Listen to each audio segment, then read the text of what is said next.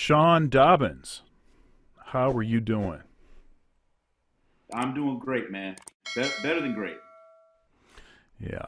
So you had some really great news. Uh, you know, we're of course uh, we're bandmates and we're you know buddies and all that, but we're Facebook friends too and all of that. And one day, not that long ago, I saw this big announcement about something about IU and Yeah, Sean Dobbins or something, and I was like, my man, good for yeah, you. yeah, yeah. I appreciate it, man. Yeah, I'm excited to join the faculty, man. It's like a really great bunch of people, man. Really great atmosphere. Just everything about it, man, is welcoming, and I'm just looking forward to being a part of it, man. Great tradition, and just looking forward to having some fun there. Yeah, now that's a big school. So how's that going to work? As far as I mean, it seems like they may have more drummers than you could teach. Well, they have it's pretty cool. They have like there's like other professors there too. So I think for my load is pretty manageable in Mm-hmm. terms of how much what my roster requirements are going to be. Amount of majors and non-majors. So it's pretty um, manageable. For my end. But you know how it is, man. We love what we do, so we'll teach 40 lessons a week if we could. Yeah. True story. Um, let's see here. So some of my teaching experience before I took the job at Ohio State was as a substitute teacher, Right. and I did that. So in Michigan, the way it works, or at least at that time, the way it worked, was you needed 90 college credits, and then you had to go through a process and TB scan test, and Mm-hmm. you had to go through this um, um, uh, orientation. I guess they called it orientation, but it was more of a training Yeah. um, and background check and all of that stuff. And then you could substitute. And Right. since at that time there was a shortage of substitute teachers that had music experience, you could sub every day. I mean, you could sub every day. Now, the way that this worked out for me was after I finished the school year, so I went to Western Michigan University. After I finished the Mm-hmm. school year, which was over by the end of April, there was another month and a half left that the Lansing School District was in session, Right. Right. and so I could substitute teach, and so I did that quite a bit. Um, and like I said, I taught as much as I mean, I would call in every day, and Yeah. and I started getting these 2 week, 4 week stints and stuff like that, and then I ended up getting a permanent position. It was a sub position, but the way that it works was if you worked for 30 days consecutively, then your pay doubled and you got full insurance and benefits. Yep. And so that's what happened in my situation. So I worked there as an orchestra director for for a year and a half. But before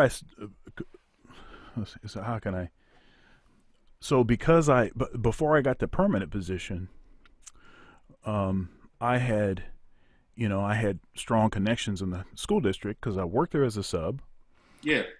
and also because I went to school for my senior year. I went to Lansing Public Mm-hmm. Schools high school, Lansing Everett, same high school that Magic Johnson went to, and so everybody knew me, and so I wanted to hustle some students up.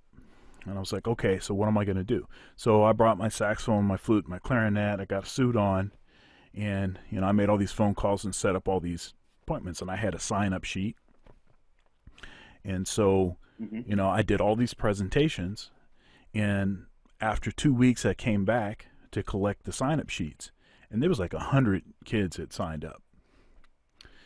Oh, And and I ended up with, no lie, that summer I had 60 students. Yeah, 60 students. And I allowed that to sort of you were, through attrition to sort of whittle down into yeah, something yeah. more manageable. I mean, you know, if you want to Yeah. maintain 20 students, then you really need probably 30. Right, right, right, right, right. You got to go. Yep. You got to think overage. Yep. I dig it. Yeah, yeah. So anyhow, that's a long story, but uh, you know, I love teaching, and I know you love teaching. You know, some Yeah. folks, it seems like um, teaching is not really their priority. Hmm. It's just kind of a means to an end. Can you talk a little bit about teaching and what that's meant for you, and even like how that's helped you in your development as a musician? Well, like teaching and education has been like it's a huge part of my life. You know, Lewis Smith, the great Lewis Smith, Blue Note recording artist, was actually my middle school band director. Um, and so he would take time in lunch hours, and I go to his office, and we talk about music, and he would hang out with me. Even before Lewis Smith, my first drum teacher, his name's Eric Alexius. He actually, after our lessons on Saturdays, would take me out to fly model airplanes and spend time and hang out with me. So from a kid on, I didn't really understand I guess the separation between you just teach a student and then you don't see them or you're not a part of their life between lessons or anything like that. Um, you know, part of my upbringing is the understanding that anything that I'm given, I'm going to give, and that's just been part of it. It's just been like that's been part of it what we've been taught. And so even like in seventh grade, Mr. Smith would always say, "Hey man, go in the back and help the other drummers. They're struggling with this, or go back and go." So teaching was always a part of something. And even as I got into like high school and stuff, and you know, midway through college, my mom kept telling me, "I know you're going to be a teacher." And because she was telling me that, I kept saying, "No, I'm not." Just only because my parents told me I was going to do something, and of course I had to be, defiant and say, "No, I'm not. No, I'm not."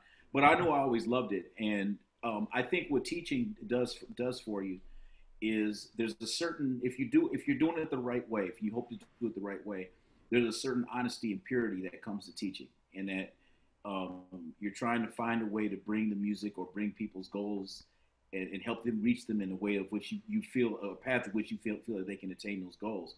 But in those goals, and then when you decide to be a teacher, you also made this declaration to yourself that you're going to be as honest as you can with yourself. So you can't ask your students to live a life that you're not going to live. So Ah, yeah, you there's an honesty that comes about that. It's like you can't tell them like you need to practice X amount of hours a day, and then you're not practicing, or they come to hear you play, and it's obviously you're not practicing, or it's you can't do it. And I think that kind of alludes to what you brought up just a second ago of are we teaching for the pure, is education and teaching, are we doing it for the purity of it, or is it a means to an end? Is it just you do it because you do it? And and I'm never one to like put anybody's groove down. If that's what people do, that's what they do. Just for the way I was taught, you're doing it because of the honesty and purity of the art. So it's also a way to make yourself live up to a certain standard as well. yeah. You were talking about how because your parents were saying, "Hey, you're going to be a teacher," you was like, "Nah, nah, nah, I'm tight." Um, I had kind of a similar thing. It's a little bit different. I basically just had some bad experiences with a couple students because I started teaching like private lessons when I was, I don't know, 12 or 13 or something, Mm-hmm. and I just had just a couple students that this is like really serious to me and like really important to me, Yeah, yeah. and and just the music. And so I was like, it just seemed disrespectful to me for people to show up to the lesson. They still haven't practiced. They still haven't done what you said. And it's like, Yeah. dude, I mean, like, this is my whole life. Like, I can't imagine doing anything but this. And of course, they Yeah. weren't there yet, you know, Yeah. so they're approaching it like they're a kid or something, you know, and they have other interests and maybe they have a girlfriend or something, whatever it was. And, Hmm. and so, uh, it was kind of a bad experience. So I was like, you know what? I definitely don't want to be a teacher. I'm not going to be a teacher. Forget that, you know. And it wasn't until I was in college, um, second or third year in my undergrad, that other people had to start telling me, you know what, man, you're a teacher. Now I know you Yeah. got this thing. You trying to go a different direction and whatever, but you're a teacher, man. Yeah. And and it's funny Yeah. because um, I found myself in teaching roles all the time, even if it had Yeah. nothing to do with music. You know, teaching Bible study. You know, teaching. You know, and I was always about like all these details. You know, so when I would learn how to do something, I figured out all these little details. So when I explained it to someone else, I could give them this Yep. sort of thorough kind of overview of what it was, and that's what a teacher does. Right. You know, Exactly. and so then I Exactly. finally stopped running from it and was like, all right, I guess if this is what it's going to be, and let me go on and do it. Yep. Hey You, man, I was you, thinking you, about like I was thinking about when we met, um, and it's a little cloudy. Um, yeah. I think that we met more than once for the first time, as they say. yeah, yeah, right, right, right. There's like a couple of events, man, that like, yeah. I don't know. You tell me your version, man. I think I have one, but you tell me your version. Well, I mean I remember having a gig, and we met on a gig. It seems to me. Um, Hmm. but honestly I can't remember how long ago. I know it was a long time ago, but I can't remember. But I can't remember. Man, I can't remember. I mean, I know the last gig that we played together. I can tell you Yeah. that. So Sean, I got you, dude. All right. It was 25 years ago. We Oh met. my goodness. I know, dude. I know. We're gonna cry in the car. I know. But we gonna cry about this. We've gotten there, bro. So it was 25 years ago. We met at a Sunday jam session at the Bird of Paradise. You came down to sit in. Ah. Tell you something. Now I'm gonna tell you something else. And Vince Chandler always clowns me about this because he's always laughing at my memory. But here's another one. That day you came in and you were still at Western around that time. I think you're still at Western because I think you and I are roughly the same age. And you played straight note chaser. You played it backwards. So you took the line and you flipped the line for the head and you played it backwards. And that was at the Bird of Paradise. We did it on a Sunday.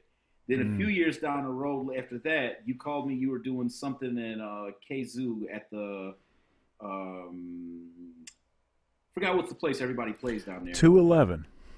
And then I played your gig there. And then on that gig was interesting because you had all these setups.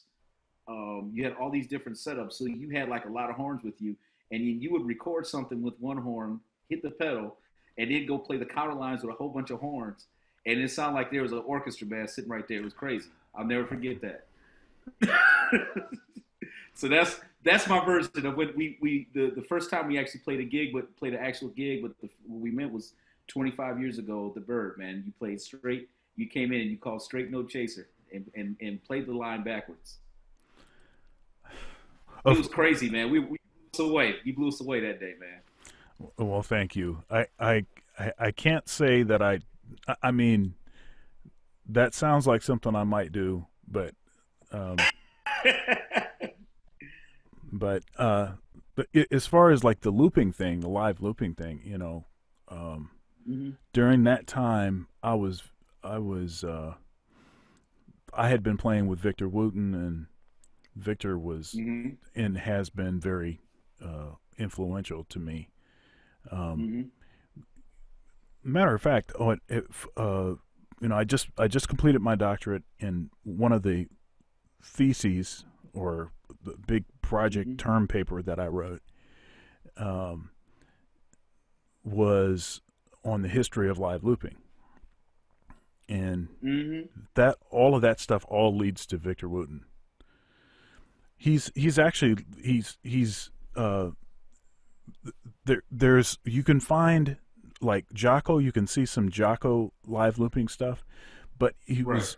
it was different equipment. It was really a delay unit, and it was very simple what it was that he was doing, and it was more like he was more interested in dancing around after he played something that would keep repeating, than sort of Yeah. layering and developing and doing all the stuff that Victor does.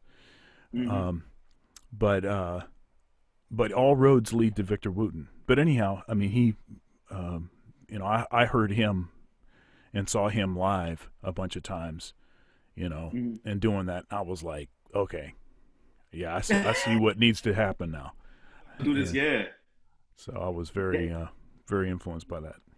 You threw it on the saxophone, man. You messed us all up on that one. I was like, that was too. It was just too slick. I just sat and watched you do it, man. You just nailing all this stuff, man. And then what got me too is that your phrasing and articulation was perfectly lined up with each other, with each thing. Well, that's a hard thing to do, especially switching horns and stuff like that. It's to make that adjustment. And I was checking out all of it, man. It was slick.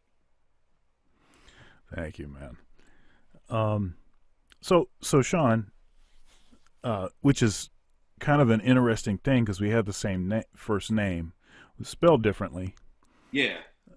Something else that I think I learned early on, because people, they thought it was amusing, because my nickname is Thunder and yours is Lightning. Yeah.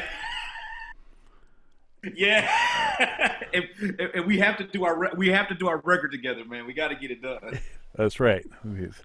Uh, lightning strikes or thunderstorm or something. Yeah, Weather man. Yeah. patterns. You know, I got that name. I got that name. It was interesting. I think my name. I think the name was a spinoff from your name because there was Sean Thunder, and Hmm. then I was playing Paul Finkbinder's band called the Atmospheric Disturbance Band, Mm-hmm. and so everyone had all these names, and so I think I've always guessed. I didn't know how it came, but there was the lightning thing. I think came as a spinoff because you were Sean Thunder, so I became Sean Lightning, and I think that's how it ended up coming about.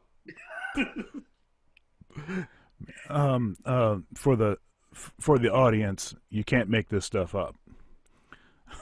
This is true No, no, stories. this is like real. No, seriously, like this is like real stuff, man. It was like we were, yeah, especially like those Sunday night sessions and stuff in Ann Arbor, man. It was just like, you know, all the cats are coming down and stuff, man. And like I don't know, man. Characters, it's funny, but like your character and your kind of your legacy was being built, and some of those, all of us was being built during that time, at the sessions and playing some of the gigs, and you were starting to like develop your name and your contribution to the community.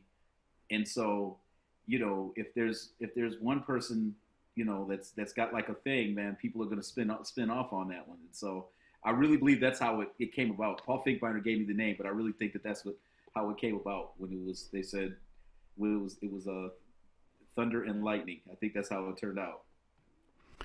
So, you're speaking of legacy. You not it.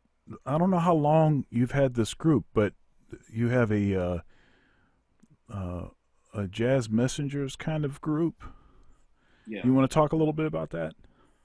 Yeah, so we have my quintet is called the Modern Jazz Messengers, and it's just it's interesting. Art Blakey's original, the original Jazz Messengers was like a college for the younger musicians. We all know about that legacy. It was like a college for the younger musicians, and we all know some of the great names that came out of that band and became great band leaders in their own right.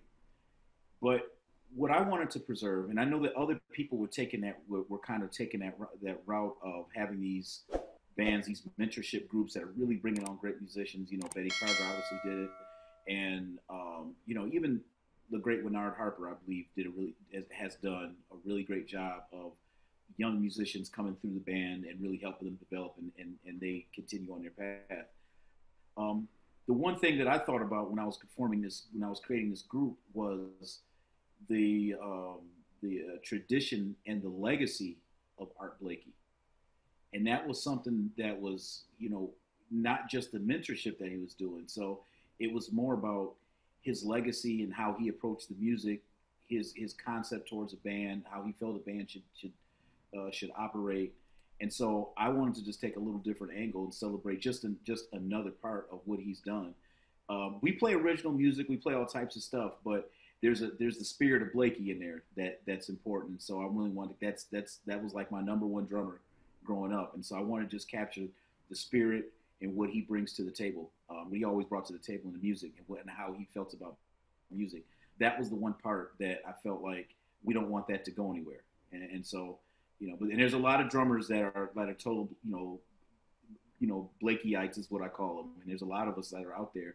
But I just thought my contribution would be that, to just his spirit, how he approached music, how he approached the band, how he supported musicians. Um, Even though he was like a fiery and powerful player, he also understood dynamics. He also was very musical. He was very melodic. So there's all these things that brought to the table. And even though he was known for some specifics, there's some other things that he did that I think that are super special. So I'm trying to do my small part to just help keep those other things going for the next, the cats that are coming behind us now, which is hard for me to say. I can't believe that you and I are saying this, because we were the cats coming behind somebody, but now that's what it is. So now you're just trying to maintain that legacy. Yeah, it is incredible how that happens. I remember always being the youngest, you know, uh, the, and my dad, he had, it was very important to him that I was, playing with the best people, oh, sure. and the best people were going to be a lot older than I was, because I Mm. started when I was really young, and so that's how that whole thing began. And then before long, I became this sort of, the elder Yeah. statesman, so to speak. And now it's gotten to the point where my students and some of the people I play with, it's like they're the kids of the people that are my contemporaries. And I'm Yeah, like, man. come on, man. Listen, man. It's like a thief in the night. You don't never all of a sudden you looking, and it's like you see people with, grown men with five kids coming and saying, "Oh man, you were my teacher in middle school." You're like, "What?" So it's like it it happens, it happens quick, but we got to embrace that, man, because the people that, our mentors, and the people that we looked up to, um, they wanted it to be that way, and the fact that I think that we're all kind of staying in, and maintaining that history of education, and bringing up the next generation. We got to embrace it, even though it's hard to believe it happened this quick, but it did. So I think it's just embracing it, but now it's fun, and now you get to have your students lay some music on you that you've never heard before, and I remember being that person saying, "How you like this? How you like that?" Lewis Smith would just look at me and shake his hands and tell me to turn it off. If I was like, "Man, you like this stuff? You like that?" And he'd look over and he'd say, "No, man, go get some hard bop, something like that." So it's cool. It's good to be on the other. It's just fun to be on the other side of it now. Yeah, part of this for me is that I mean, I still feel like I'm 19. I'm Mm-hmm. still hungry. There's still a lot of Yeah. stuff about my plan that I'm trying to, iron out. Um, Mm-hmm. there is that saying, the more you know, the more you realize there is to know. And so it's a never ending Mm-hmm. quest. But Mm-hmm. you and I both know that there aren't as many um, musicians that are sort of pushing. for their Mm-hmm. entire life. It Mm-hmm. seems like a lot of folks get to a certain place and they're going to just stay there. And it might be a great Mm-hmm. level. And there's nothing, and I'm not hating on anybody.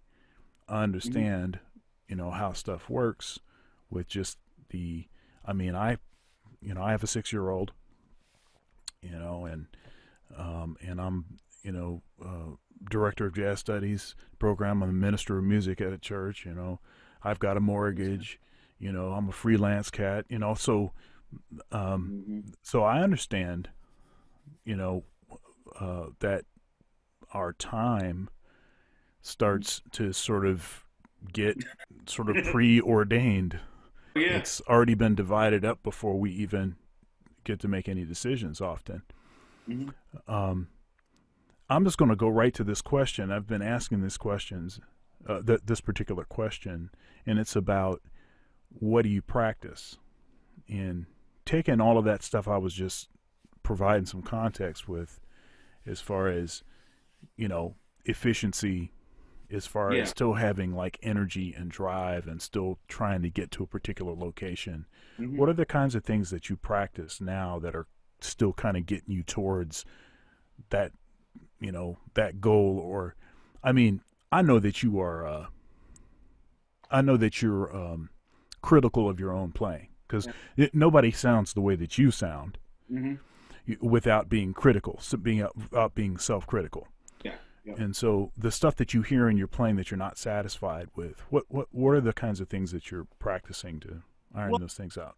it's interesting you bring that up, man. I think the biggest thing, just to answer your other question, I think your other statement to speak to it, is I think that the important thing to keep you driving is that you have to have a vision of what you hope to be someday. Mm, And that to me is what, and so I've kind of, I draw inspiration from everybody in music and outside of music, because I think there's things to learn from just everywhere. But I've taken the Sonny Rollins approach to music, to where it's this lifetime journey to get to this place that you want to get to. So, you know, it's like, I don't know. I mean, you look at it like, if your goal is to climb a mountain someday, and every time you get, like, you make it like 5 steps, you stay up there and you celebrate the whole time, and you just sit there. At some point, you're gonna keep going up or you're gonna go down, but you're not gonna just stay there, right. right? Because it's too hard to just stand there. It takes a lot of effort. If we think about it, it's a lot of effort to just stay in one place and hold on. And so, you got to hold on to your middle of the mountain. You got to hold on. It's a lot of effort. You know what I mean? So I've always looked at it like, I have this dream of how I want to play someday, and I'm not there yet. Like, I'm not. There's this, and I think one of the ways to keep driving is you have to take the gigs off the table. You have to take, like, who you're going to play with, who you hope to play with in some areas. You kind of have to take that off the table in some areas, for the simple fact that you can focus so hard on that, that you're only focusing on thinking about what that opportunity may require from you. Now, we're all professional people. We have to be able to cover these areas. We have to be able to take care of requirements when we're asked to be in certain situations. But sometimes or oftentimes, if you can take a break from that and figure out what your individual contribution to the music is, and are you actually there yet? And having dreams about, I mean, I'm still dreaming about the way that I want to be able to play brushwork someday. I still Mm, dream about the way I want to be able to play up tempos. I dream about the sound that I want to get on the drums. Like, I'm still, so in that area, I'm still like a 15-year-old, because I'm still dreaming about who I hope to be someday. I'm not, yeah. and so, it's I think that everybody can say, oh man, well, I played with this cat and I played with this cat and I did this and I did that, and that's cool, and that's to be celebrated too. But again, too much of that, you're just hanging on the mountain. And at some point, it's like, okay, that's great, but who are you gonna play with? What are you going to do later else? That's great that you did that, and it's, no big, not to put that down. So, I'm practicing. You asked what I'm practicing, man. I'm really trying to deal with the rudiments, the basics of the drums, Mm, um, sound. Um, I'm getting way more and more into just focusing on where I hit the drum on the drum head. Where that stick hits on that drum head, different sounds that you can get on a drum head. Hmm. Um, the biggest, some of the bigger things is, um, you know, uh, am I supporting people the way I need to support them? So when I'm listening to records, I'm listening less to what did I play, to more was my ears open enough to support what was happening, Mm. and to help someone else be better. And I think that that's, I think when you're younger, especially a drummer, man, if you worked on your chops and stuff, you're out there firing away some artillery to get on the bandstand. It's part of growing up. But then you get to a point in life where you've done all that stuff, and you just want your life to simply be about making someone else's life better. And that's what it is. So I practice those things. I know that I am eons away from the way coordination that I want to be able to do. So I focus on those things, um, and I literally try to take. I'm not one of those people who say like only go to practice room and practice the things that you're not good at, because to me, if you don't balance it out, and you have to do the things that you're strong with so that you can tie those things together. See that Mm. you're strong with things for certain reasons, because what you hear naturally. The goal is don't forget about that in the practice room. You just know what you do well, and then try to tie into some of those other things and bring those into your playing a little bit more, until pretty soon those other things are complementing your strengths. And so that's kind of what I focus on now.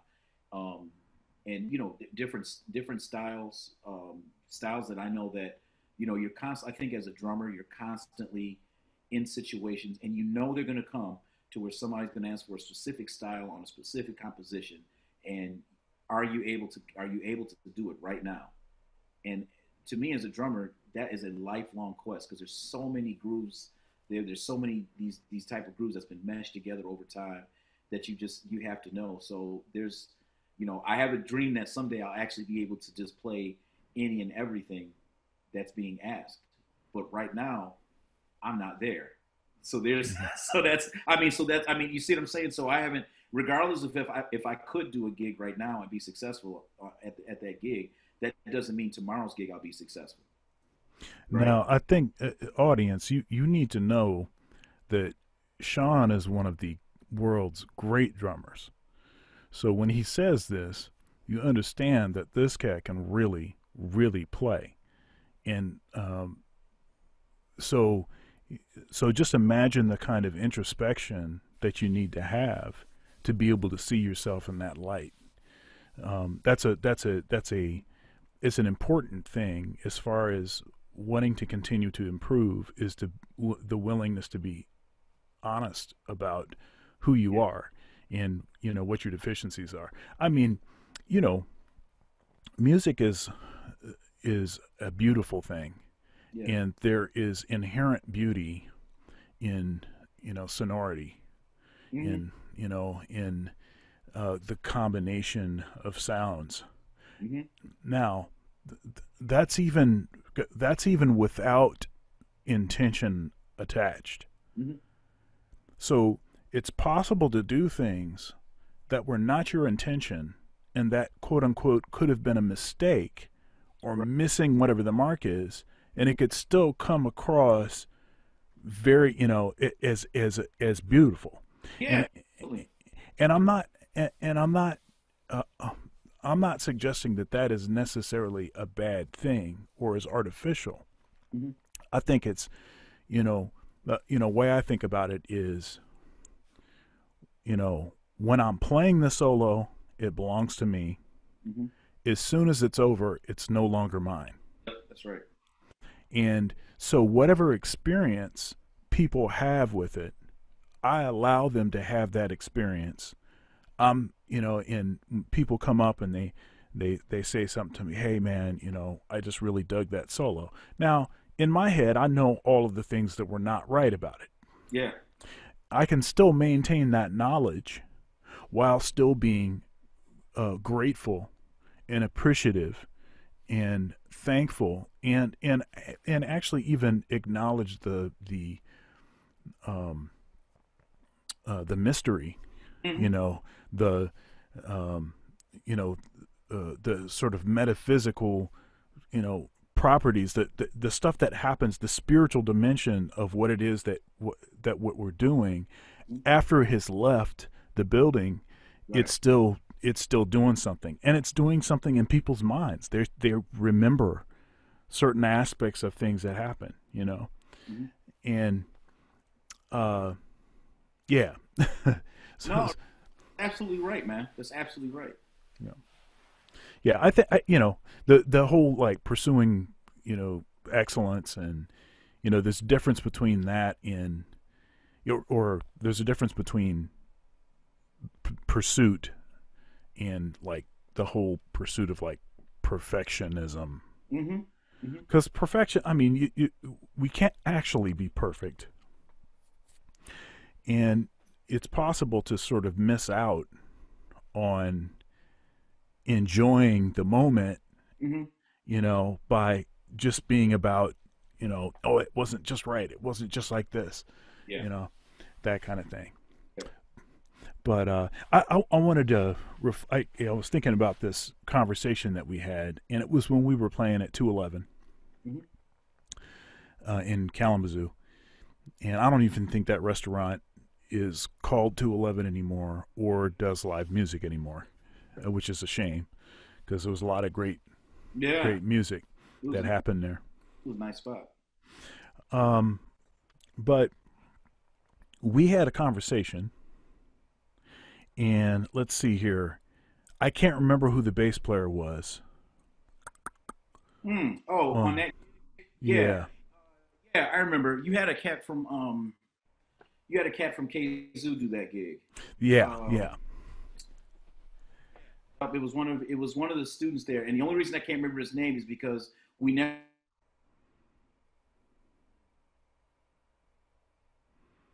had like he was a student at KZoo. yeah, yeah. I'm trying to think of who it was. It could have been like Aaron Tully or Mm-hmm. um, There's a couple players that in that era, good bass players Mm-hmm. that I would call. And I remember we had Okay. this conversation, and it was about Mm-hmm. um, the bass and the drums really locking in. And you had this Yeah. way that you talked about it, where it it started with being simple and just playing quarter notes, Mm-hmm. and then becoming a little more Yeah. adventurous and a little bit more adventurous as the evening went on, so that the bass player, Mm-hmm. so that you and the bass player could be locked together. Can you talk a little bit about that? I thought that was really. I use that all the time. By the way, I have stolen Oh. that from Oh. you. Okay. No, no, no, man. No, trust me. I've stole your stuff too, man. It's all there now. It's all there. So no, one of the things. So it's like it's my belief that in any band situation, um, it's not going to be stable if the foundation isn't happy, and that's could anything you're trying to build. House, foundation's not good. It's not going to be stable. Still, again, as we talk about this more, I'm still pursuing this dream of being able to really understand the bass player and figure out the ways that we can make the bass player happy first. And once I believe that foundation is met, and what are the elements that a bass player is looking for to be happy on the bandstand, and then I think the music can build. But I don't. I think that if we get on the bandstand and we all have our own motives or our own goals that we're trying to go for with the music, and our individual goals, and we ignore the bass player, the foundation of that tune is not going anywhere, and we're not going to sound like a team. We will not sound like a unit. We're just going to sound like a whole bunch of people up there trying to do their own thing. So, one of the things that in terms of a concept thing is, Jeff Hamilton talks about welcoming people into your groove and not hammering them over the head about this is where the beat is and this is where I hear the time, but more and more trying to find out where somebody else is hearing the groove, where they hear the beat at. And I think for especially for drummers, the best thing you can do is study different bass players. Mm. You know, I think I mean it's simple. There's a reason.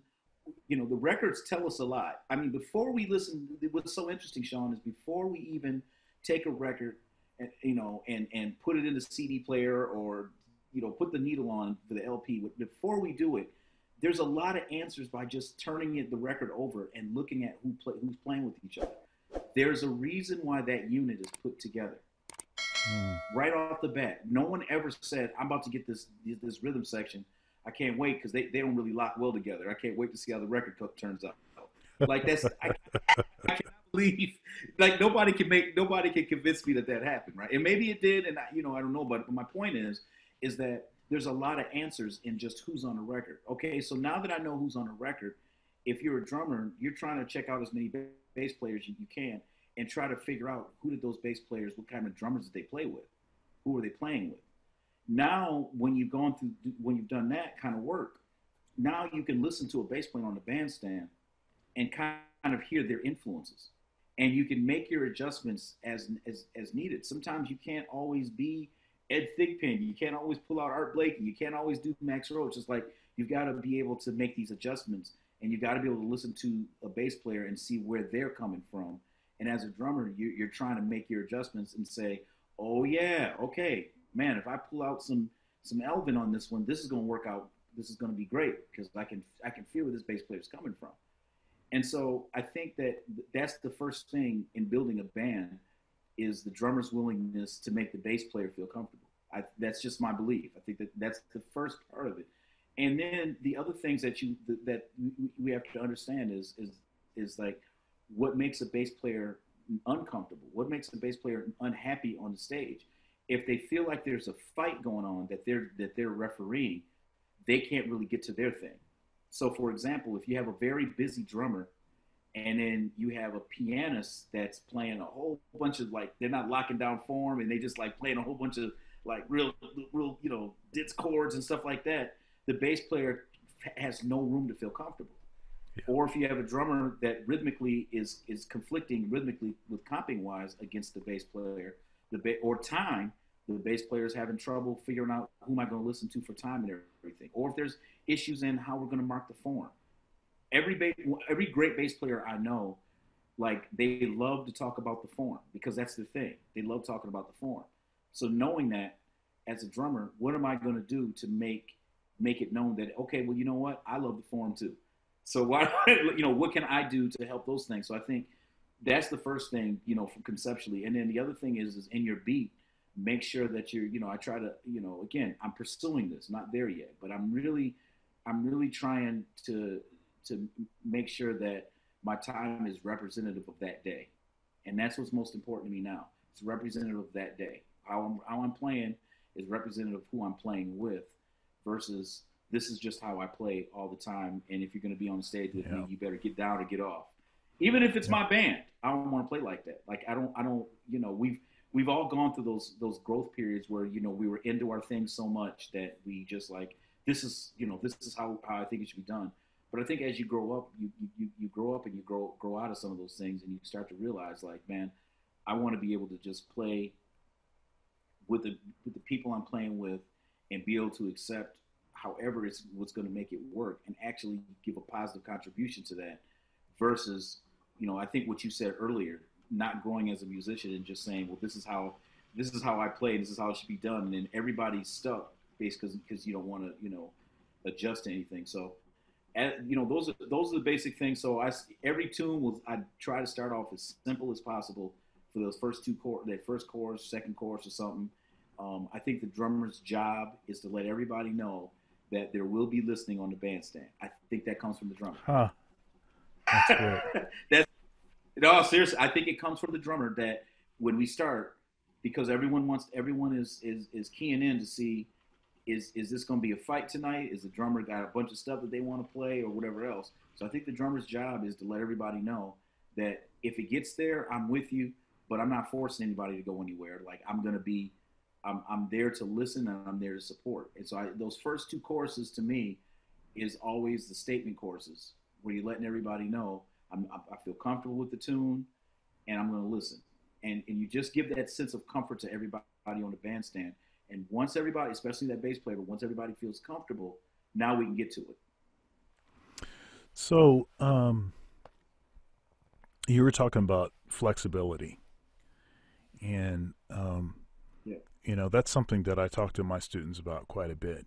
You know, the way that you really know, uh, that you can play something, it's not when everything happens in an ideal fashion. It's when Hmm. something goes awry, and can you snap back to or make adjustments on the fly, the flexibility component, to get, Yeah, yeah. get back to where it needs to be. Um, that that is sort of like that's like the nexus where all of the musicians, all of our musicianship, the properties of our musicianship interact, and um, they're most obvious is when something doesn't go Uh right, huh. and you're able to snap it back in quickly, back to where it's supposed to happen. Yeah. And you're talking about flexibility with time. And by the way, I think that horn players need to have that kind of flexibility with time too. Um, Yeah. I remember when I was younger, um, my tendency, especially when I was playing with, players I hadn't played with before, as I got to let you have it. You're gonna have to. I need you to know I can play. Yep. I'm just trying to be honest.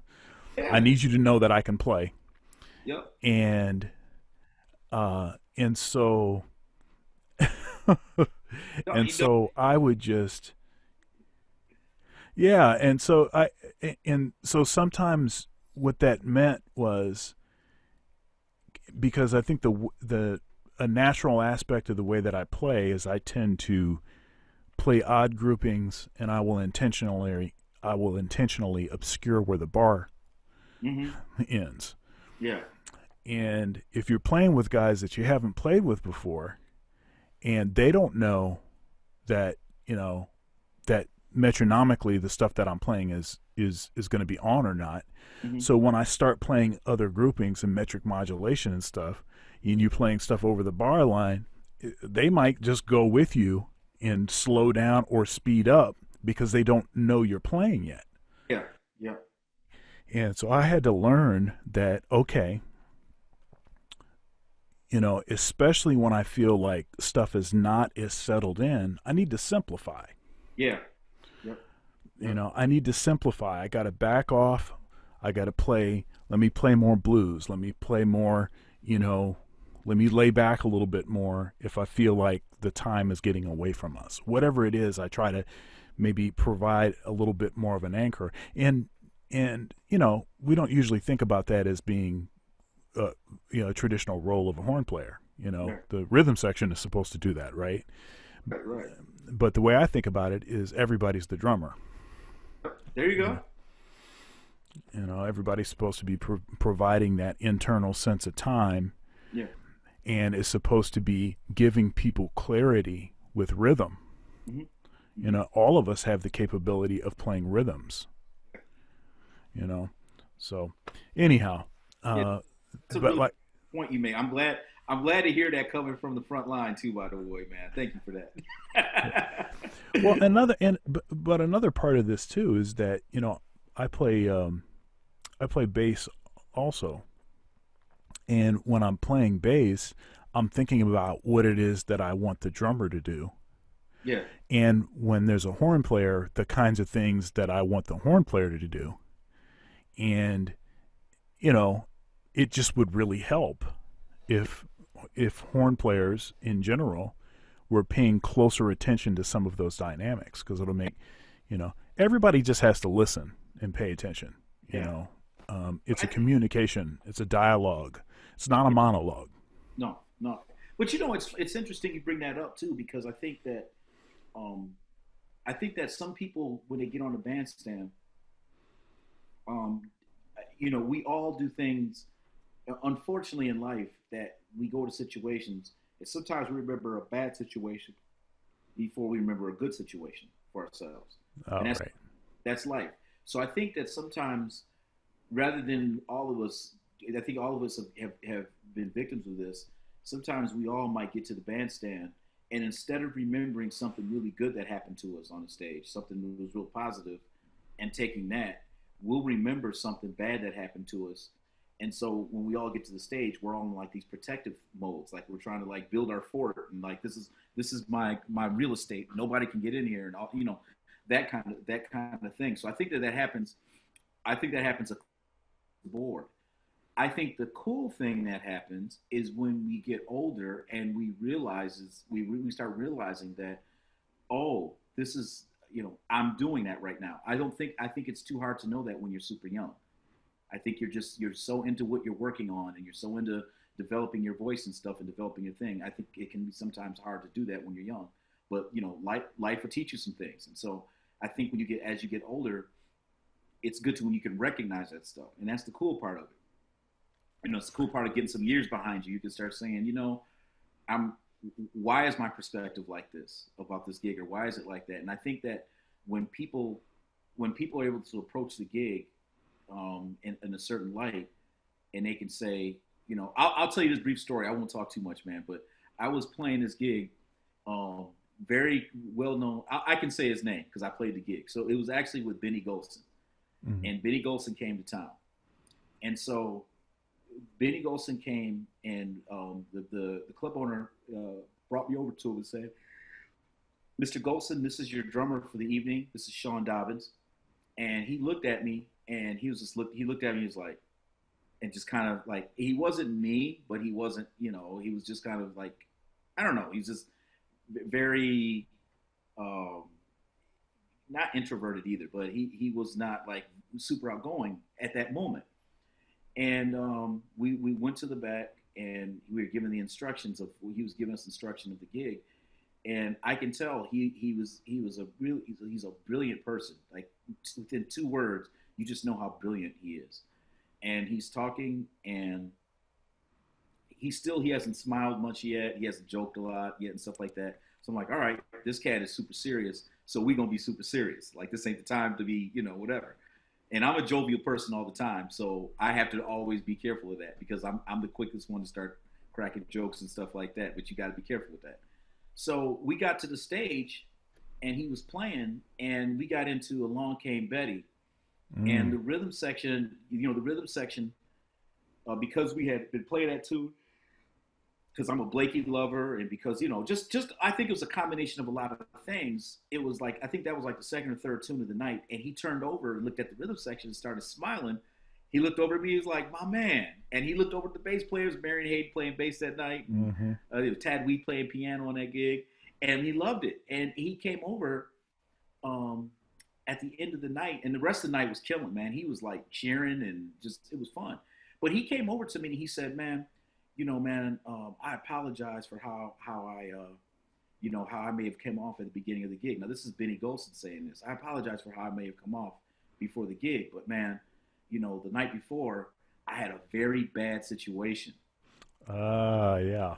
really bad." And he said, "And then I looked at you," and he said, "And then I was upset when they introduced me to you because I'm like, why would they hire this little kid to play the gig with me?" So, and I was a grown man. I was in my 30s, but to him I was looked young, but he didn't mean that derogatory. He just thought that I was like he couldn't tell, so he thought I was like a college kid or a high school kid coming to do the gig. So he Mm-hmm. immediately went to that place. So the first 2 tunes, he was in, like we said, protective mode. He's just trying to make sure that no one is ruining what he's trying to do. And once he realized that wasn't the case, we were cool. But he apologized. He actually, I mean, Benny Golson actually said, "Man, I'm sorry. I did not mean to be like that. I just had this bad experience the night before. It was Yeah. really bad, and so I was just like that." And he said, "So and so I learned from him that day. I learned from him to say like, I have to.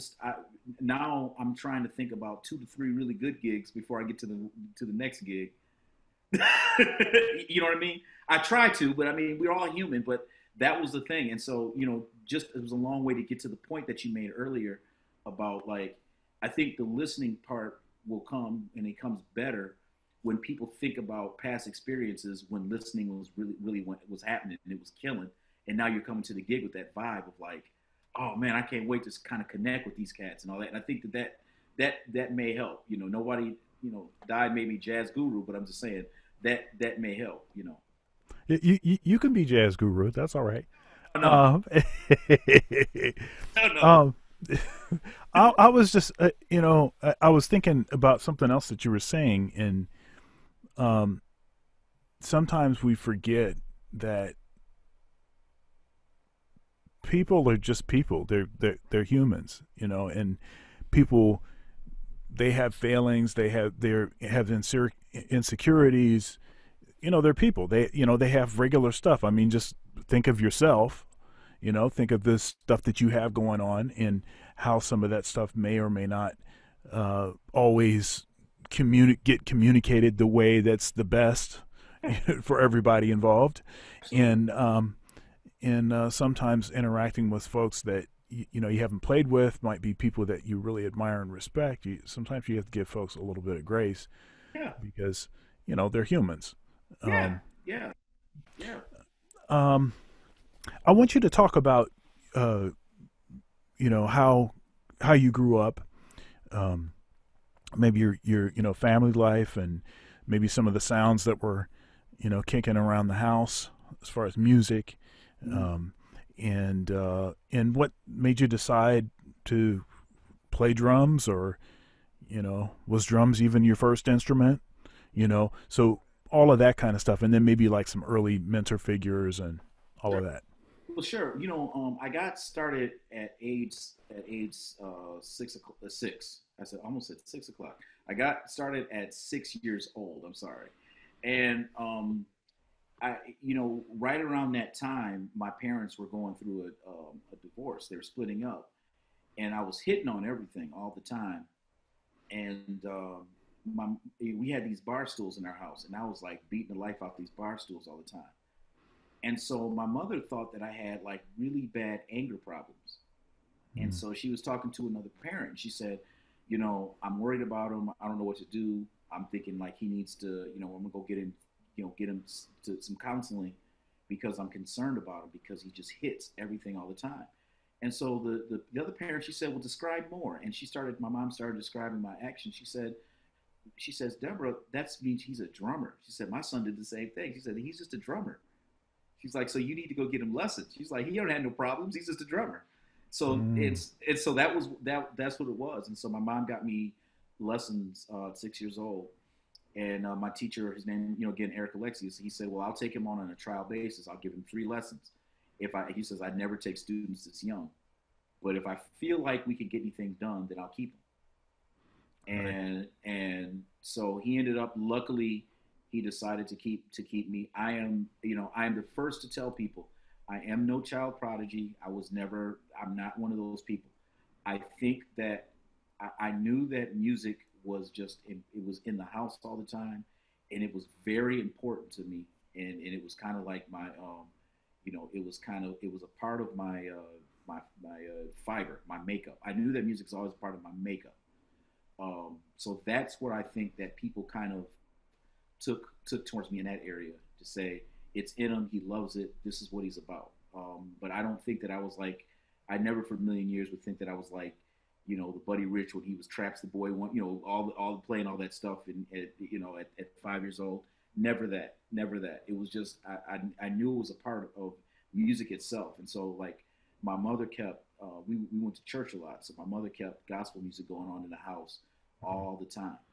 And music became, honestly, Sean, man, music became like therapy in a diary. Yeah. Like there was, no matter what was going on in our house, it was like there'd be a tune, there'd be like a song, there'd be a song that would happen to deal with the problem before we might talk about it Yeah. growing up. So like my mother was a single mom, so we had problems. There'd always be issues like paying for just regular household bills and finances and stuff. And I watched her, man. She struggled a lot to just keep things going. Um, and so I knew when things were tough, man, because you know we had music to get us through that. So sometimes we listened to "Work It Out" together. Remember that Hawkins singers? We listened to Mm. "Work It Out." We listened to "Work It Out," and every look, man, every lyric was going on in our house. Telephone disconnect. Wait till your next paycheck. I mean, like Uh, every lyric was going on in our house. Even to like, my last record, one of my last records, I played "Ooh Child." "Ooh Child," I connect to that tune because that was like our tune. That was like our tune when we was getting really bad. We listened. That was our music. So there music was like this diary all the time of stuff, and it actually reflected what was going on in my house. So it played that part with me. It wasn't just something that I did. And the other thing, man, I can tell you this: on one side of my family, my dad's side, um, it's all plant workers, like mostly plant. They worked in the plants. On my mom's side, it was construction. And so I decided one day, I said, and I was one of the younger members of the family, so I was teased a lot. And I was like the nerdy music kid, and I was teased a lot. And I said, I'm gonna go out there and do me some construction. I'm gonna prove to them that I could work in construction just as good as them. It took me less than a half a day to realize I had no business out there with them. So I said, man, I'm about to get these drumsticks, and I'm when I say less than a half of it, this is what I just less than a half of a day to know that I have no business out there. Whatever God gave them, He did not give to me. I don't have it. So, and so you seriously, man. So I watch my cousins, man. They out there picking up these hammers and they doing cement, and they out there working, man, and eating sandwiches while they doing pouring cement and stuff like that, and having fun. I said, man, I don't have that in me. So I knew right then yeah, and there. I said, it's like music. But what I did take from my family is work ethic, and that's what I learned from them. Is that my whole family is if it's 8 o'clock, you already slept in for the day. Like so, they're up 6, 7, 8 o'clock, and they're working. So I learned work ethic from them. I kind of learned that nothing's gonna happen unless you give it momentum yourself. So I learned the life lessons from it. I just wasn't willing to go out and do the. I didn't have that. So anyway, it's just it's so things all progressed. As I said, I met Lewis Smith when I was in the seventh grade, and he actually ended up transferring to the high school that I went to, Pioneer High School. So I stayed with him, and then even though I didn't have it was really interesting. Even though I didn't have a very close relationship with my father, there would always be father figures there put in front of me, musical father figures put in front of me at the right times. So it would always be like the transport happens. It's like Eric would give me lessons, and then my lessons were done with Eric. All of a sudden, Lewis Smith was there, and it was also my band director Robert Albert, and I would put him in that conversation too. And then when that was done, when I graduated high school, all of a sudden, Morris Lawrence, Dr. Morris Lawrence, was there, and when he passed away. But all of a sudden, Claude Black and Clifford Murphy were there from Murphy's Place in Toledo, and many others too. By the way, many other mentors. So there was always these figures that were always put in at the right time. So like and that's one of the reasons why it drew me to mentorship and to teaching, because it's like I for some reason I always knew like the right mentor would be there when I needed it. That's how my life has always worked. Like as soon as when something's happening, the right mentor will be there. You and I have a similar a mentor that came into our lives at different times. But I'll say this, like Rodney Whitaker, he came into your life yeah, when you were young. You were 13, I think, when y'all were playing together and stuff like that. He was playing in groups and stuff, and you were only 13 years old when you were playing. So he played a certain role. Rodney and I didn't get tight until probably we always knew each other, but we got tight in 2007 when we really really connected. But his mentorship was not just music. He kind of came into my me and my family's life when it was a time to learn about fatherhood, marriage, and all that kind of stuff. So there's always these musical mentors that come in your life, and I've had a ton of them. Mary, I consider Mary a mentor. Paul Keller. I'm just a lot of people that I consider mentors in my life. But all these people will come, and they come right at the right time when you need them the most. And so I've always felt like that's why it's important for us to be mentors, because when you're connected, when like you're connected with somebody at a certain point in your life, you never know what that connection means and what they're going through and why you're the person right now. And that's why it's important to never blow off any students or never blow off anybody who might need you at that point, because you don't know. It's impossible for us to know. But you, the person, at that point in their life, you're the person.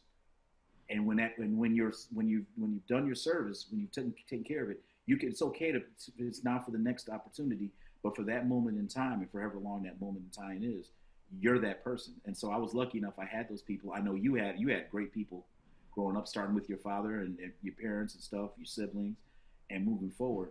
And so that's kind of what kept me in this into the game. I'll be honest, Sean. I never was the guy that grew up and dreamed about who I was going to play with.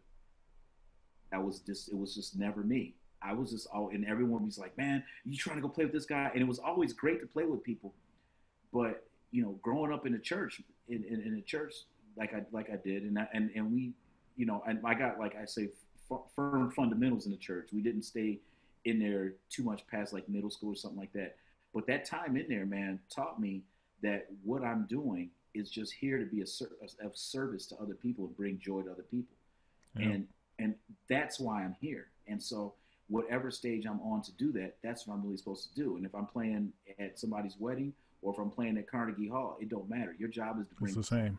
Yep. It's the same thing. So that's kind of always been my approach to everything. It's just like I'm there because just as people have done to me and given me, I'm there to just, at this point, like, I'm just there to give.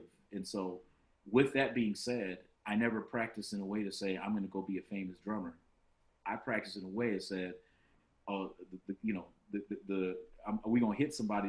Even back in the urban transport days, it would be funny before the gigs, because me, Vincent Dean, and all of us be talking.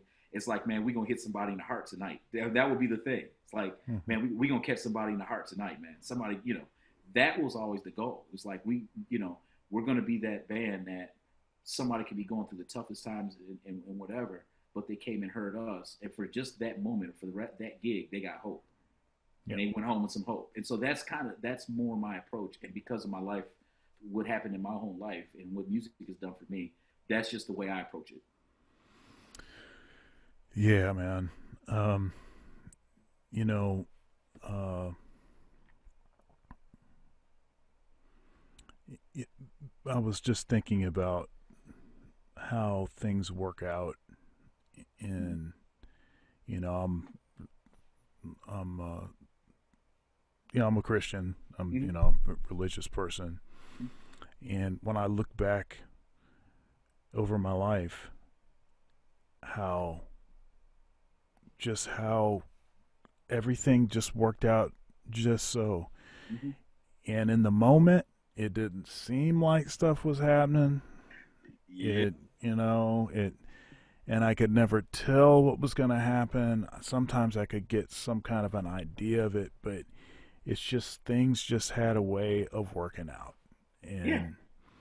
And I don't think that that's just by chance. I don't think it's, luck of the draw. I think that there's something guiding the way that this stuff happens. Um, and I've had to learn how to trust that things will tend to work out. Mm-hmm. We're in this quarantine right now, Yeah. and a lot of people are really, um, anxious. We don't know what's going to happen in the future. How is this going to affect the music industry? Live gigs and things. Everybody went from, all the musicians I know went from having like almost record-setting sort of years Yeah. Yep. to no gigs, Yep. for months, Yep. Yep. um, just overnight. It's Yep. just pretty, and just trying to know what's going to happen, what God's plan is in all this, and how this stuff is going to work itself out. It's it's concerning. I'm not going to lie. I'm a realist, Yeah. and the realist part of me is saying that this is likely never going to be what it was Oh yeah. again. Yeah. Yeah. But I could be wrong, Yeah. and I hope I am, honestly. I tell you this, man. Like, now we're talking on this level. If you look now, the first thing I'll preface this by saying this: one of the worst things about this is that people have lost their lives and they've lost loved ones. Oh, oh yeah, oh yeah, They've lost income, um, and I think in many regards, there's also the sense of dignity that many of us have lost because we take pride in taking care of our families. We take and our loved ones. There's a pride in that, and to not only not be able to do that, and then you couple that with there's nothing you can do. It's one thing to lose your gigs and say, "Man, that's jacked up. I lost my gig, so that's cool. You know what I'm gonna do? Hey, I don't care. I'll go work at Myers for a little while, or I'll go work here, or I'll go work somewhere. If you're a musician, I'll just go work somewhere to earn this money until I can get back on my feet and start working again." So I think to not even have that as an option is hard. Um, Having said that, um, and so I'm very sorry for that part of it because we've all gone through it. But having said that, and I'm again I'm taking the lives that's been lost because that's just you can't even make heads or tails of that. That's awful that's been happening. But there's another part of this too, to where it was time for us to stop. In my opinion, it was time for us to stop, completely stop, and take some stock in what's going on, yeah. get a better understanding of who we are, what we're doing, what our purpose is, how are we with our families, and so I have to look at it from that end. Again, I I don't want anybody to lose their life so something good could happen. I just don't. I'm not really with that. So I hate that part of it happened. But with this being said, um, I do think that we're going to come out of this a lot stronger, a lot more humble. Um, I think we're going to be smarter when we get out of this. I think we're going to be much more aware. I think we're going to be much more appreciative of little things.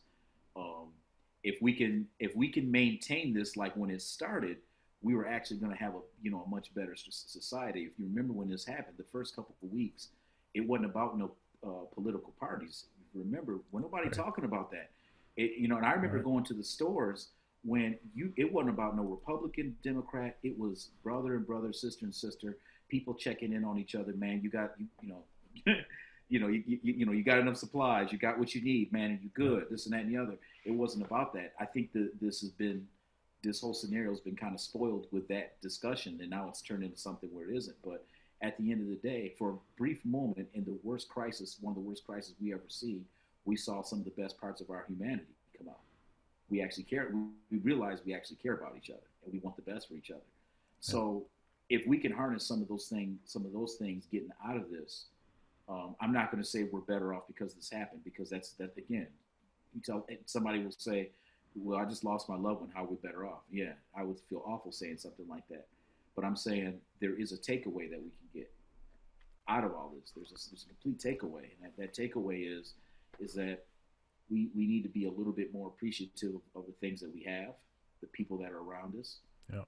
the life we have, the opportunities that we have. There's gigs that and let's think about it as musicians. Let's think about the gigs that we say, "Nah, man, I ain't doing that one. They don't pay enough. Let them call Mhm. tomorrow." You know what I'm saying? I'm Yeah. Yeah. not going out saying underbid yourself, but what I'm simply saying is that we as musicians now, we with the band, our most sacred place in the world has been taken away from us, and that's the bandstand. Yep. So we now have to value the bandstand even that much more when we get on. So, Mhm. I'm gonna be honest with you, man. I'm trying to shed as much as I can because this is the real side. I am in some areas, man. I am nervous to get back on the stage. I'm only trying to prepare right now so that I can hang with some of the compositions that I know cats like you and Vince and all these cats are writing right now. The music is going to be insane when we get back out. And I think right now, when we get back out on that stage, I just want to be able to hang with what's this wave of like high level music that's about to happen, because I know you're in the studio writing. I know, you know, people are composing. I know. I mean, I know some of my favorite people. I know they're just in the laboratories putting some stuff together and practicing and stuff and getting ready for the day. And when that day comes, it's gonna be different than just getting these gigs. Uh, we're gonna be like caged animals coming back on the stage. Music, I'm serious. And so when the people come out to hear us, they're gonna hear us from a whole nother energy, a whole nother angle, and it's gonna be a spirit. Those first few gigs is gonna be like a spiritual moment that it's gonna be unmatched. Hey, we still got to focus on the quarter note for We at least for the first few courses, though. listen. The note is gonna be focused, on, man. But snapping away, there ain't no. It's gonna be services going on, bro. I'm just telling you. Yeah, yeah, yeah. No, it's gonna get deep on that stage. It's gonna get real deep on the stage, man. Those first, especially that, I think that first 6 to 8 months back of everybody just getting back out playing and stuff like that, and just depending on how this has affected them, it's almost scary to think about. So I would tell the audience right now, the best thing you can do is get to the clubs when this is over, because the musicians, I think every musician is going to be at such a level that they're going to bring in some music that they're going to bring in things that they're going to be writing and stuff like that. I just so at this point the best that we can do is all of us is be prepared. Is just be prepared for it. Be prepared for the level of musicianship that's going to happen, but also be prepared to just be a better human, man. Like now if you know it's not going to hurt us to just take care of each other like we were doing when this tragedy happened, man. Everybody's looking out, man. We had like people we didn't know, man. My wife is a frontline worker. She's a nurse, man. People we didn't know, man, made masks for our families. So it's just like, man, that's what I think.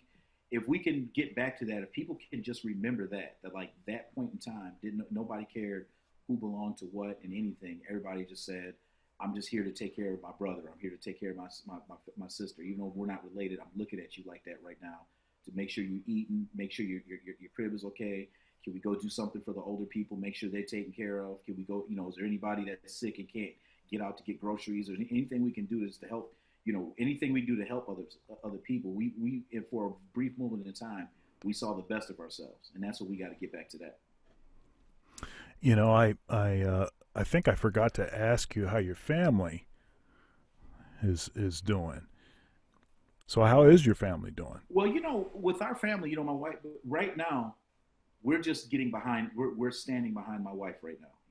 She's a nurse at University of Michigan Hospital, so we're standing behind her. Like Right. she's the champion right now in our house. She always is anyway. We've married 23 years, and she's always right. By the way, that's how we made it to 23 years. But that's another story. So, the biggest, but the biggest thing is like my family's good, but like this forced my family. I've got two daughters and a son, and this forced us to talk. We talk. We cooked. We've been cooking together. We're actually going on a picnic tomorrow together. We're discussing matters that are important. There's a little bit more. We sat down at the table the other week and played a card game. We haven't done that in years. Mm. And so, some this time has made us, instead of, and my kids are that generation, man, where they just all of them grew up, man. All three of my kids just grew up entitled because that's the generation. I grew up wanting four wheels and a steering wheel when I got 16 years old. I didn't care what it looked like, what was on top of it. If it had four wheels and a steering wheel, I was good. I don't care. Now my kids got, makes and models and years that they want. So it's a different way of thinking. But this time, my kids have gotten really humble, and they understand that in the evening time, the blessing is not the fact that they have all this that whatever's going on. The blessing is that their mom came home that day, and their mom is still Yeah. well, and the family's together. We're sitting down and having some dinner together, watching a movie. That's important. And we get life can complicate you and make you, because we're all so ambitious. We're thinking about all these things, and we have a tragedy like this happen, and you start remembering like what's the real important stuff. So I think my kids have had to take a step back, and in a way that my wife and I could have never done, because we always tell them, you guys don't know how it is for this and for that. But they've had to take a step back as now as young adults. They're 20, 18, and 16. They had to take a step back as young adults and really reassess the things that they think are important and things that they know they're important. And so they've gained a level of humility through this that I don't think, I don't know if my wife and I would have been able to teach it to them, but they've got it now to where, it's like they're excited that we're just going to watch the movie together. You know what I mean? So it's changed our family dynamics. I think my wife and I can tell me from my perspective, I've learned to be like, I've had to check out and see what can I do to be a better dad with them, better husband. What can I do to be better? Because all these things come into play, and you're thinking like, how can I learn from this? So we're better. We're better in some situations, but we're also sad in the area that what it had cost us to get better. So I'll say it that way. Yeah, it seems that any situation where we really learn something, Mm-hmm. it's expensive. Say Yeah, education is expensive, yeah, and you wish that we could learn certain things more efficiently yeah. with less damage done to us. Mm-hmm. But that's kind of the human thing. This pastor friend of mine, guy I worked for, was my first full time job. I interviewed him for this series. Mm-hmm. I also interviewed Vincent Chandler. Yeah. You mentioned Vincent, Oh yeah. uh, and but this Joel Brooks Mm-hmm. Jr. is the guy's name. But he used to always bring up these three kinds of people. He says there's the simpleton. Mm-hmm. The simpleton never learns. You know, um, the Bible says, a rod for the fool's back. Mm-hmm. You know, the simpleton never learns. A simpleton puts his hand on the stove, burns his hand, puts his other hand up there, burns that hand. Maybe now when I put my left hand back up there, it won't burn. Burns his hand again. The simpleton never learns. Right. There's I'm sorry, that's the fool. Yeah. Okay, the fool never learns. Right. Then there's the simpleton. The simpleton is the one that can only learn from their own experience. Mm-hmm. So they put their hand up on the stove, it burns, and then they have learned that lesson. They're not going to put their hand on the stove.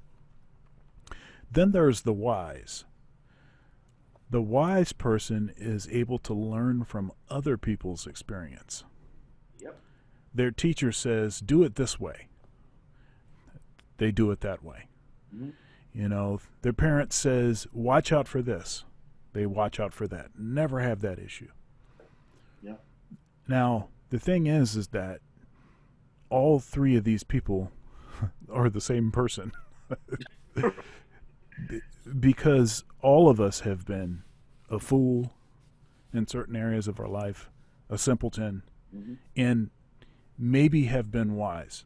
Mm-hmm. The things that we have developed the most become the best at. Right. Right. Those tend to be the things that we were the most wise at. And the things that we still are trying to learn will tend to be the things that we've either been a simpleton or a fool. Mm-hmm. Mm-hmm. And it seems as if this tragedy has taught us that maybe our society is such that we can only learn when something bad happens to us. Yeah. Yeah. I hope we can get to the place where we can use this to teach future generations, and hopefully they will listen. Uh, I completely that could not have been said better. I completely agree with you 100%. And I think, I mean, just to go along with that, um, we also, I think the biggest takeaway that we can, now, Sean, I will tell you this. I remember, I am not the scholar that you are for the Bible. You are like a scholar. But I remember some things. And there's one thing: beware of false prophets. Hmm. That's something that I think about. Beware of false prophets. And when we're starting to think about the how we need to live and how we should live, I think the biggest takeaway that we can keep thinking about is beware. The idea of beware. What are these people saying to you, and what is their hopes in your reaction, and how does their reaction benefit them, not you? That will be, I think, our biggest situation that we're going to have to take away from that we're going to have a major takeaway from this, is that we have to really start thinking about what are people saying and what are our reactions based off of what other people are saying. That's the huge thing, and so I'll tell you this, man. 90% of the principles that I've learned in my life comes from elementary school recess. Mm. Like, seriously, the same. I use the exact same principles as a 44-year-old that I do in just recess. Just remembering how recess. And I remember one time. I'll never forget this. Um, I remember one time we were at recess, and these crowds of people kept trying to get me and this other guy to get into a fight. Right, fourth grade. That was what you did, and everyone was trying to get us into a fist fight. And for some reason, me and the dude just never did. I don't know what happened. I can't remember, but we just didn't fight. And so we went to the counselor, and they took us into the counselor. The recess aide took us into a counselor, and he said something that I'll never forget. He said, "You were about to give an unpaid show. Your reactions was to entertain and benefit someone else. It wasn't to benefit you, because your reaction for this is you were going to get kicked out of school. Somebody was going to get hurt. Yeah. There was nothing in this for you, but everything for everybody else." Yeah. So he said, "You need to be careful." He never let me forget this. He said, "You need to be careful of who you listen to, Yeah. and how you react based off of what other people say." So it was something that I never forgot that lesson, um, growing up. And so if you take those same principles right now, we have to be careful of how we're reacting based off of what someone else is saying, how someone else wants us to react. So when we get out of this, to your point, for us to actually really learn from this, we actually have to start going back, and especially as adults, we have to start thinking back and reflecting on our reactions and what is the source of our reactions. And I think that that's what's going to get us through this. If this second wave happens again, as they predict, um, we not only have to be physically ready for this, but we're going to have to be mentally and spiritually ready for something like this to happen again. And Yeah. there's going to have to be another way for us to look at this. So I think that people are going to have to we're going to really have to look at our attitudes towards people, our attitudes towards other individuals, groups, or what have you, and ask ourselves a real serious question: do they want anything different in life than I do? Mm. And if you can name me 10 things that they want out of life, like, not anti somebody else, but if you ask those people to write down 10 things that they want in their life and 10 things that you want in your life, that list will be similar. So then you got to ask yourself, then why do I have a beef with these people? They never did anything to me. I never did anything to them. Somebody has something to gain from us not getting along. And so once we look at it that way, we have that kind of reflection. We hopefully will be in a position to where we can actually learn the lessons that we're supposed to get out of this. Yeah. But if we make it a divisive issue all the time, we make it about something it doesn't need to be, we're not going to learn from it. And quite frankly, we may not be ready for the next time. We may not be able to handle it next time. So I think you know what I'm saying? We might not be able to fully get out of it this time. No, no, I don't know. I think we're resilient though, man. I think the reason why I saw hope though honestly, Sean, is because seeing people's reactions, when this happened. We was down for a minute, right? Our what we did, I was proud of. It reminded me of when Muhammad Ali got knocked down by Joe Frazier, the first fight. And they asked Muhammad Ali. They said, well, "What went through your mind?" If you notice, Muhammad Ali got hit with that Philly left hook and jumped up within a second. Right? Remember that. Okay. Now I'll talk to you how this correlates. Muhammad Ali said, I believe that I was the best boxer in the world, and the best boxer in the world had no business being on the mat. He said, so I got right back up. Let's move that forward to what we've just gone through. We took a little lick because we didn't know what to expect, but look how we bounced back as a society. Yeah. As musicians, look how all of a sudden, I mean, look what you're doing right now. Look what everyone's doing to say, okay, we took this lick, but guess what? We can't do this, but guess what we can do? Yeah. And so everyone has their entrepreneurial spirit has come up, and so I really believe that I have to believe that spirit isn't going to die, and I think that people are going to that it's just going to keep growing because we actually in the worst time we could have given up and we didn't. Nobody gave up. We did everything we had to do. Students still wanted to learn. They were still taking lessons. People Yeah. still wanted music, so people were still live streaming some music. People were figuring out ways to record music, just music. But I'm just talking about the music industry itself. There are a lot of industries that didn't. What was one of my best friends is an auto worker, so he didn't get the. Obviously, he couldn't be. There's only a certain amount of entrepreneurship that he could have done. But my point is that he even spent time saying, "Well, I can't do this, but this is what I am going to do." I think that we're more resilient. We're going to continue to be more resilient. So I'm hoping and I believe that when this is all over, it's going to be a struggle to climb out, but I do believe we will because we're resilient. Because we had the chance to give up a few months, month and a half ago. We had a chance to give up, and none of us did. Yeah, and I think we're going to be okay. I think what's likely to happen is things will change. People will have to make adjustments, but we're going to be all right. This will actually likely create certain opportunities that would not have or could not have existed Yeah, prior. yeah, Um, absolutely, that's the absolutely. way. That's the way the history of America is. That's just how things work. And you can't control what happens to you, but you certainly can control what you do, what your response will be.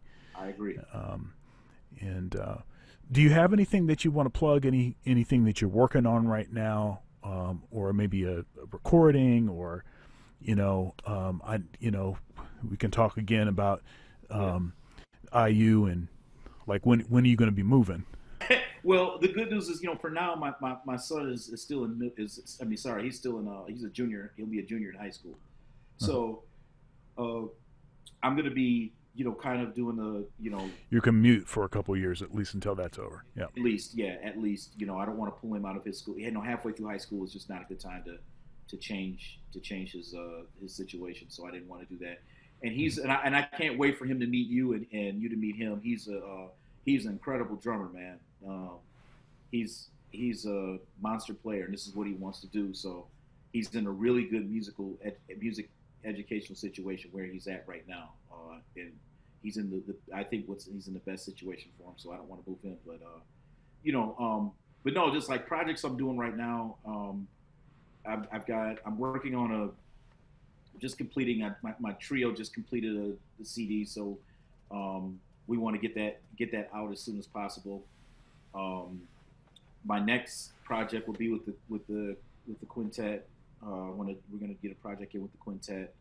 Um, One of the things that I want to start doing is really, and part of the things that I want to do, now being on the faculty at Indiana, is I want to get out to communities, but I want to get out and start giving to communities, planting some seeds in communities, not just performing, but I want to get out there and start planting some musical seeds in communities. Now at this point, you and I both run programs for the last 20 years, and had some success doing those things. So now at this point, I want to get out and start helping people develop their jazz programs, develop their percussions areas, just help people develop, put the infrastructure together so that they're successful in what they're trying to do. So that's like one of my main goals right now is to really get out and help people, especially if you have like limited resources or you're trying to build a program. If it's students that um, don't have a means of expression, they're Mhm. musically inclined, but they haven't quite found the music that's going to allow them to express themselves. I want to get in those areas. I want to be everywhere, but I want to get in those areas too, and just like start getting out to communities and planting seeds, helping people like get their musical garden going, and helping them develop their programs and whatever I can do in those areas. And that's where I see myself. That's where I kind of see myself now is being more of a resource, kind of a resource in to people. So that's part of what I want to do while I'm at Indiana is just spending it. And I'm not just in Indiana, but I'm spending some time there, getting to know the community and stuff. But just helping people that kind of need that they want to have a strong program because they understand what a strong program could do, and just kind of lending some information, that you learned. I think you would agree, man. You've been doing this a long time. I think, Sean, I bet you, I don't know, you may have a different number, but I think what you and I have learned being directors of programs for as long as we have, they probably can write maybe 10% down in the book. I don't think it's what you and I have had to negotiate. Oh, right, right. I don't think it can be written. I mean, we can write it, but Right. I think a lot of what we've gone, the experiences that we've had, bringing people together, developing programs, um, and putting a vision together. I think, I don't know if it's all written out right now. There's a lot. Well, I'm sure that there's. I mean, much of it has not been. I mean, Yeah, you know, part of the sort of historical underpinnings of what it is that we do, the master apprentice relationship, yeah, so much of that was not written down and all was, transferred directly. yeah, I mean, and you actually see that in the history of the church also. yeah, Apostolic succession. It's the same thing. yeah, It's exactly the same thing. Master apprentice relationship, and there's some of which is written down. There's a sort of skeleton, of things that have been written down, but so much of it has been, word of mouth. I mean, it's been the way that stuff has been transmitted for thousands of years. yeah, Uh, yeah, absolutely. so, Sean, we could keep talking. We could talk for another hour and a half. Um, but I think, for the sake of, uh, you know, brevity, I think we can, Yeah, maybe put a pin in it here and, please. definitely talk again in the Yeah, future. I could have you back on the program. love it. If you can believe it or not, this is actually has been episode 39. Congratulations to you, man, and blessings to what you're doing, man, and what you're, giving musicians this voice, man, and to talk about what we're what we're trying to do. So this is huge, man, and I hope that young people are watching what you're doing right now, and because there's a lot of people that would want to, their vision is to give others a voice, and so I hope that our young people are actually watching you, because you're a major example of starting young, dedication, being an entrepreneur, education, you know, you've covered everything. So I hope the young people are watching. So if there's young people out there right now, pay attention to Thunder, because he's figured it out. So, but this is a huge thing that you're doing, man. So congratulations, and this is huge what you're doing. I appreciate what you're doing, Pay attention to lightning too, by the way. man. Uh, all right, man. All Well, right, bro. God bless you. Pray for your family and our community. I pray for the day that we can quickly get back on the stage in front of an audience. Yeah, me too, man. And hopefully you and I are doing that together soon, bro.